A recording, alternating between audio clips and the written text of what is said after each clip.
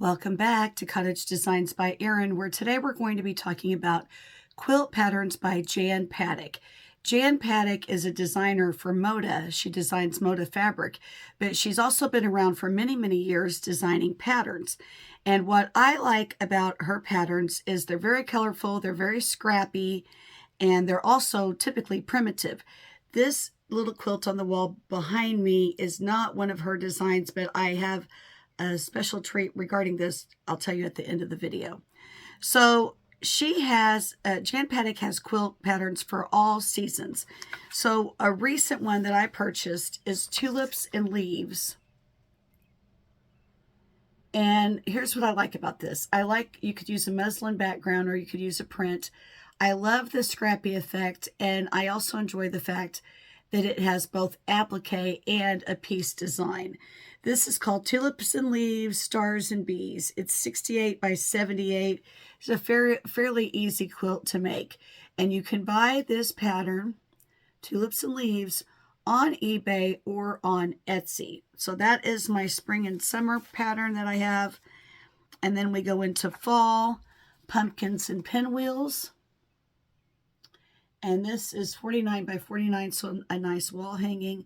Also very easy to make. I have not read the directions on this, but I'm figuring that it's probably half square triangle for the pinwheel blocks, and then you have a solid in between, and then you only have 1, 2, 3, 4, 5 applique pumpkins in the center, so that's not bad at all. Okay, then we also have for winter, I think I'm drawn to her patterns a lot because I enjoy black fabric in quilts. So here we have Winter Star, also available on eBay or Etsy. And the finished size is 28 by 28, which makes a cute table topper or wall hanging. We also have the matching one that goes with this, which is Frosty and Friends. And that's the table runner. The table runner is 32 by 20. And we have Holly Jolly Christmas. Now, she probably has hundreds and hundreds of patterns. These are just the ones that I own that I was drawn to. I have not made them yet, but I do intend to make them. While searching for Jan Patek patterns on eBay on the secondary market, I also found tabletop turnabouts. And I purchased this through eBay from thriftbooks.com. It was very, very inexpensive. And these are basically little tiny quilts. Shows you step-by-step directions. She does a lot of needle turn applique, or she also does buttonhole stitch applique.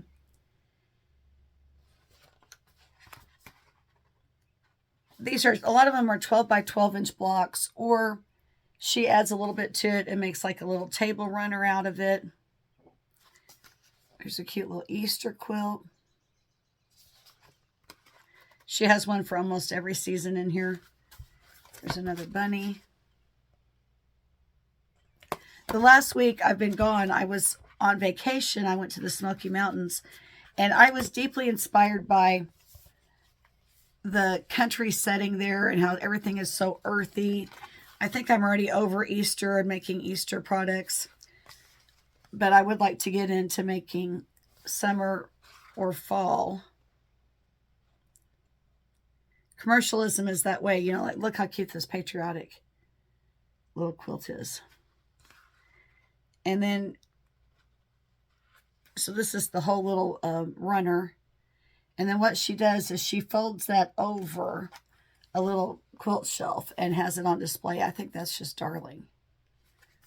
I have always enjoyed primitives. Lady Liberty. And I think this book was $7. So it's very inexpensive. Now we go into fall. Fall quilts are one of my favorites to make.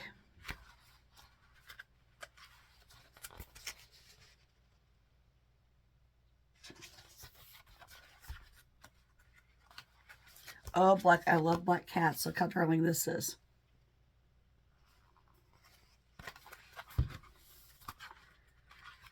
So anyway, while being in the Smoky Mountains, I really enjoyed seeing all the log cabins with the tin roofs and the mountains, of course, the rivers. Everything was just really beautiful. And now I've seen the Rocky Mountains, the Smoky Mountains, and the Grand Tetons, and they are all completely different. So that's all fascinating too. They each have their own vibe and their own look. The back of the book is all of the applique pieces, and they're all full size. You also have full size directions for everything. So I wanted to share that with you. And then she has another book called We Gather Together. And I also purchased this from Thrift Books for under $10. And they had a deal where if you bought so many, I think if you bought three, you got one free or something like that. Look how cute. I love the simple shapes and the colors. I like her. I like how she mixes dark and light. I mean, it's always nice contrast.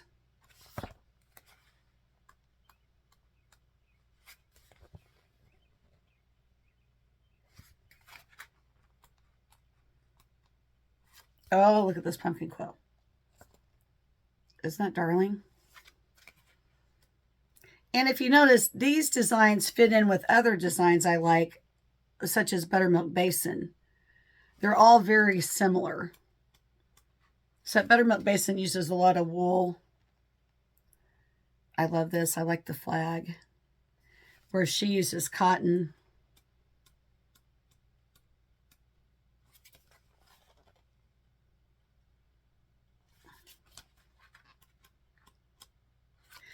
One time I was bidding on a set of, I don't know, a ridiculous amount of Jan Patek quilt patterns, and I didn't win. And now I wish I would have bid more, because they were their original patterns that she used to make, 30, 40 years ago. And they're hard to come by now. Cute little house. And look, notice that when she does applique, everything is full size. So I love that, because people don't have time to go enlarge things on copiers. Okay, so everything in the back is all of her full-size patterns. Okay, so I wanted to go over that with you because her patterns are inexpensive. They are readily available unless they're older. If they're an older pattern, you may not be able to find them. I need to reach down on the floor and pick something up. So Hobby Lobby had this rustic towel rack. I saw it in our local area, and then I never bought it. So I went online to buy it, and it was sold out. It's currently on sale for, I think, around $20. And so when I was coming home, I stopped at a Hobby Lobby. They only had 2 left, and I bought one. Now, most people are using this for a rustic towel rack. But if you think like a quilter, it could easily be used for a miniature quilt display. So let me do a better job of centering this.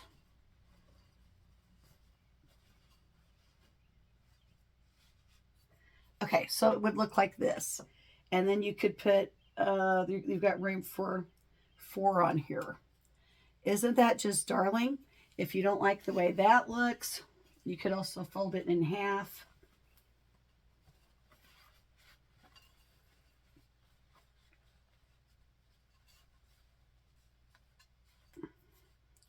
And tuck it in like so. Okay, and this little miniature quilt, I made this way back in the 90s, and the pattern is out of Primitive Quilts magazine, and I'm not sure what issue, but people don't understand when you have a love for sewing things like this, the amount of time, effort, energy that is involved. Let me see, I usually label the back of my quilts. This one, handmade September 2002. This little thing has 240 pieces in it. So who knew? 240 pieces, that's a lot. So of course you want to display it. I mean, I don't really want to just get things out once a year unless it's cross stitch. I might do that for cross stitch. But for my quilts that take so long to make, not that cross stitch doesn't, because cross stitch does too, I want some kind of way to display them. So I wanted to share that with you. So on my vacation, I went with a friend and I got to visit the Biltmore Estate in Asheville, North Carolina. And that in and of itself was inspiring. But the rooms are so beautiful. But if you think like an artist, when I was in those rooms, I was trying to look at the color schemes that were used. Mrs. Biltmore's bedroom was a deep gold and aubergine plum. Oh my gosh, it was breathtaking. His room was a deep red, barn red and gold. There were themes throughout the house of these repeating colors. And of course, it was Victorian colors like red, olive green. They had the most magnificent olive green velvet drapes. And so, you know, as a quilter or as a fabric artist or whatever you want to call yourself, you take in all those colors and then you start to define what you make based on what you have been exposed to and what you're inspired by. So it was really a lot of fun. But I really, I like the simple look. I love the over-the-top Biltmore Estate, but I equally liked the little cabins at Cades Cove and some of the other areas. So, and this look fits in perfectly with that kind of environment. If you like my video, please like and subscribe and give me a thumbs up. I greatly appreciate you coming back. Have a good day.